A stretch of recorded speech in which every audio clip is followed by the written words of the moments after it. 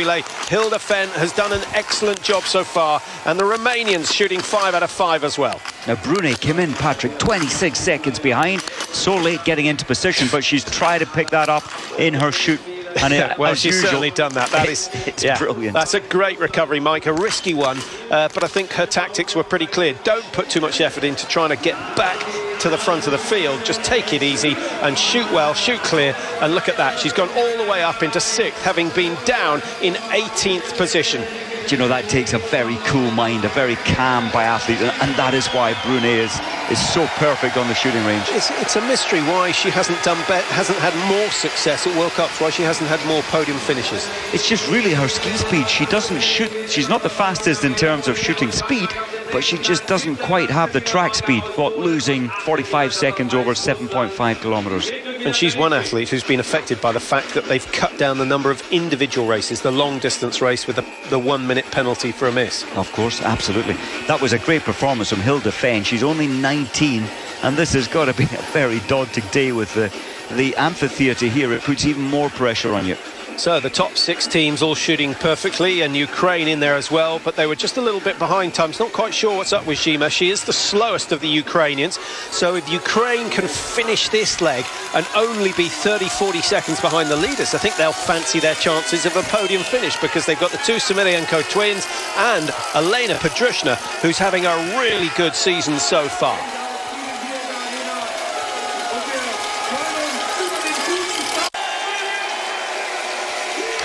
Welcome back to Oberhof. The women on their second leg. We've seen a fall from France. Now we've seen a fall from Germany, and that was Tina Bachmann going down very heavily indeed.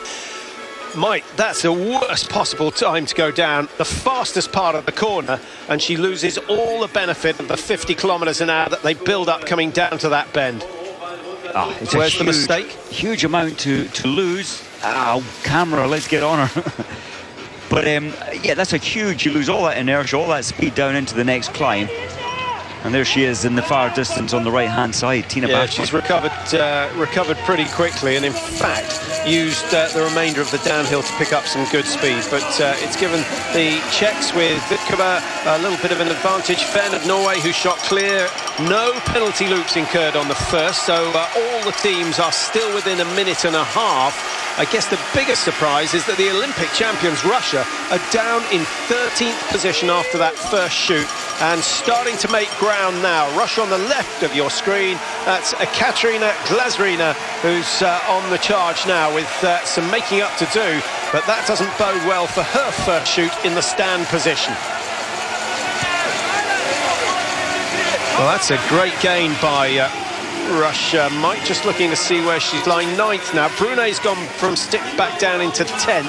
I wonder if the effort she made to get back in contact with the group on that first loop is starting to pay. Maybe there's Brune just gone through past the camera now, and Glazarina, that's quite interesting. She shot well, she only used 1 spare round, and I think this is going to be worrying for the Russian team. They wanted to be winning the relays, certainly after Christmas, I was told. And here we are after Christmas, but the race has got a long way to go. Well, a long way to go. Russia's quartet, Zaitseva, Shumilova and Vilakina still to take over from Ekaterina Glazarina, who's on that first leg. The Norwegians, Fenner, Sullumdal, Horn and Berger. Berger, you know all about, the world #1 at the moment, takes the last leg. Always dangerous because she's quite a cool character when it comes to the relays and the head-to-head racing. She leads the sprint, she leads the pursuits. I think she's top of the Mass Start World Cup as well. So she's the perfect athlete for this sort of relay, provided you haven't got a Magdalena Neuner in there who can out-ski her. Well, that's right, but remember the Germans. I know Bachmann took a fall, but of course we've got Miriam Gersner. It took her first ever win in Pokljuka before Christmas, so she's the girl with confidence. She's on the up and up. She's beginning to shoot an awful lot better. So maybe the Germans will try and get an early lead, or a lead from leg 2. It's deceptive coming into this firing point. You've worked hard. It's a very gradual climb back into the stadium. And even though it's flat, you're still working hard, although they're beginning to back off now sensibly to try and drop the pulse just a little. Well, I bet the Czech Republic are now wishing that they'd made Sokolova make the journey to Oberhof, because she is on fantastic form. I quite see why she wants to continue that form as far into the World Cup as possible, and racing relays doesn't really help that issue, but her team need her today. They're leading the way into the second shoot, and a fine effort so far from Veronika Vitkova in lane 1. Well, the wind, Patrick, it really has dropped off. It was up to 5 meters a second earlier, but it's just fluttering gently from the left. Norway with Fenner, and then Switzerland with Gasperin, who shot very quickly in the prone position. All three strike at exactly the same time.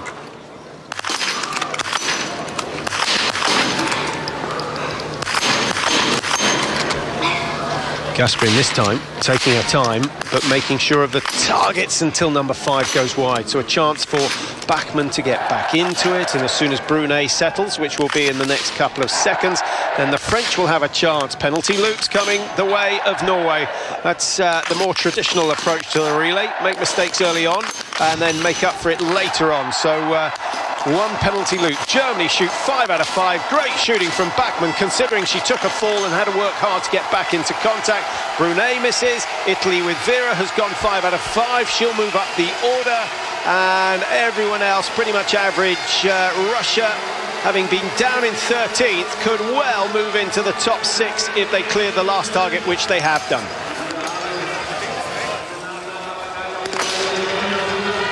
Well, how quickly things can change, but all credit to Vitkova, Mike. She's now built a lead of 17 seconds.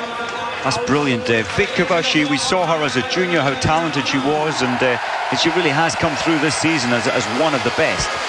Belarus with 2 penalty loops to ski. Sweden hit 5 with 6 shots, so only 10 seconds thrown away. The Slovakians with Martina Shapanova clear the 5 again with 6. This is the race leader, Veronika Vitkova. That second shot going high right. Cause of that? Probably just a flinch, a nervous reaction. She's trying to hold it steady, then all of a sudden there's a slight flinch, or even the way you drag through the trigger can pull it across top right. We can't really see the trigger pressure with the glove in the way. Norbert Stark, famous fan.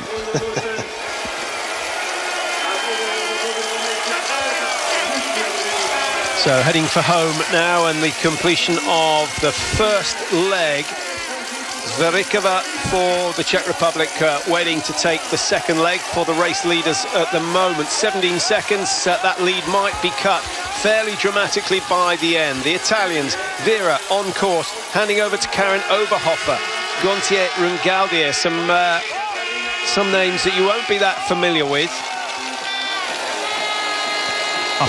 Sorry, Patrick, just looking at the results, we saw, of course, Switzerland and Gasparin, the older sister of the next athlete to go for Switzerland. She hit the first 4 with 4 bullets, and then she had 3 spares to get the last shot. She didn't put it down, and she's had to go round the penalty loop. So from first in the group coming into the range first, she's back into 10th position. So important to get these targets. Yeah, 58 seconds the margin. A penalty loop also incurred by Norway, but to be honest, Fenner's done really well to get them back into 5th place, 39.9. So that includes the 3 spare rounds, that's 30 seconds, plus the penalty loop, which takes about 21. So she skied some 10-15 seconds faster than the race leader so far on this final lap. Brunet of France went very well in the prone shooting, but the stand, 2 misses, so 2 spare rounds required. Round the treacherous corner for the final time. Nice technique. Good example of how she's prepared just to have 100% of the weight on the outside ski, and that inside ski poised, ready to put it down close or wide, depending on what happens with the outside ski. I thought Vitkova took that right hand. It's a very fast entry into that right-hander. She took it beautifully well. So the Czech Republic lead, Poland in 2nd, Germany now into 3rd, ahead of Italy and Norway.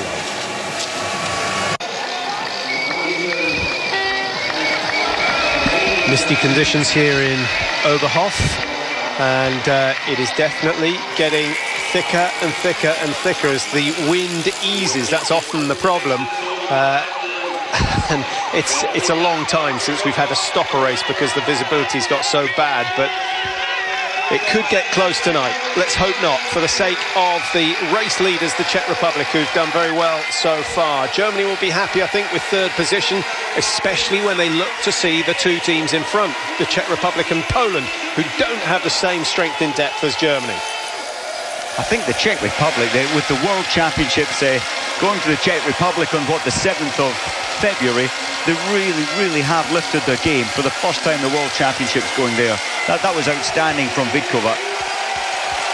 Poland coming in, good work from Kristina Palka. Magdalena Gwizdon takes the second leg, and they played their two trump cards, 1 and 2. So I think things will only get worse for them as the race goes on, but they've done well so far. Germany go out in third, 25 seconds to make up and 25,000 decibels to cheer them on the way. What a fantastic reaction from the crowd. Italy in 4, and Vera handing over to Karin Oberhofer again.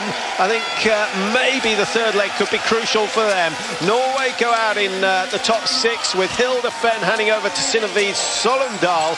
Now, Solomdal, if she's on the same sort of form as she was before Christmas, could easily close that 38-second gap on the first two loops. You needed to be a very strong skier to cope with these conditions. Every time you press that edge down to get your forward momentum, you sink so deeply. And look at the athletes left of picture, totally exhausted after, 20-minute racing. Well, that's the last time I put my money on the French.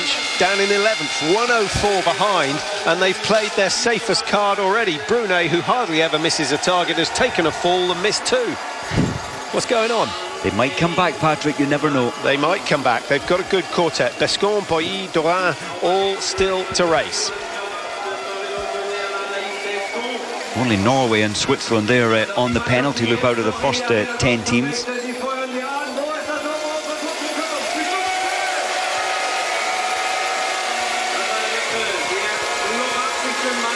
There'll be someone smiling this evening, Veronika Vidkova. That is a fabulous start for her, and with Poland just behind, these two could have a good battle. Magdalena Gwizdon, Mike, 7-8 years ago, she was the hot shot of the tour. The shooting drifted away for a bit, but I've been quite impressed with her this season. She certainly has raised her game again, and we saw the sprint in Hochbilsen. She only missed one target, and she finished in 6th position in the World Cup. So she has found form again this season and confidence in the shooting. Yeah. But sometimes it disappears, like in the pursuit. She missed 2, then 1, 1, 1. I agree with that. It's there occasionally. Yeah, I agree with that. She not only has she had 2 6th positions in the World Cup this year, but consistently better than 25. So the consistency, I think, is what's impressed me, and that must mean that there's more chance of seeing a really spectacular result at some stage. And I think the Polish team as well, they have admitted that they have overtrained the athletes in the past, so they've given them an easier program, and they really have lifted their game. Germany with the quickest skier out on the course at the moment, Miriam Gössner, who started 25 seconds down. She's closed that to 14. We saw a similar performance from her in Pachuca just before the Christmas break. She is lightning quick. There's still no guarantee that she's going to hit the targets, but that side of things seems to be getting better. She's almost mirroring Magdalena Neuner's career. Oh, she has got confidence now, but Solomdal there as well has taken 13 seconds off the lead time in just 800 meters. Good shot of the boot binding system. How much stiffer these boots are than years gone by. I mean, the old Salomon boots used to be like flip-flops with virtually no control. But as soon as skating came in 1985, the manufacturers concentrating on developing a stiff sole without really increasing the weight of the shoe. Yeah, they're very light, and we can see the carbon fibre around the rim of the top of the boot, making it very light but also very strong. Would you advocate training with softer boots on occasion just to keep the strength of the feet and the balance? Oh, I think you're absolutely right, because you are so locked into these boots, you do begin to lose all the important muscles and tendons in and around the ankle. So absolutely. And running as well, as a lot of the athletes do in the summer, a lot of running training, keep the ankle strong. Do you run on these shoes that have individual toes? I've seen them. I haven't done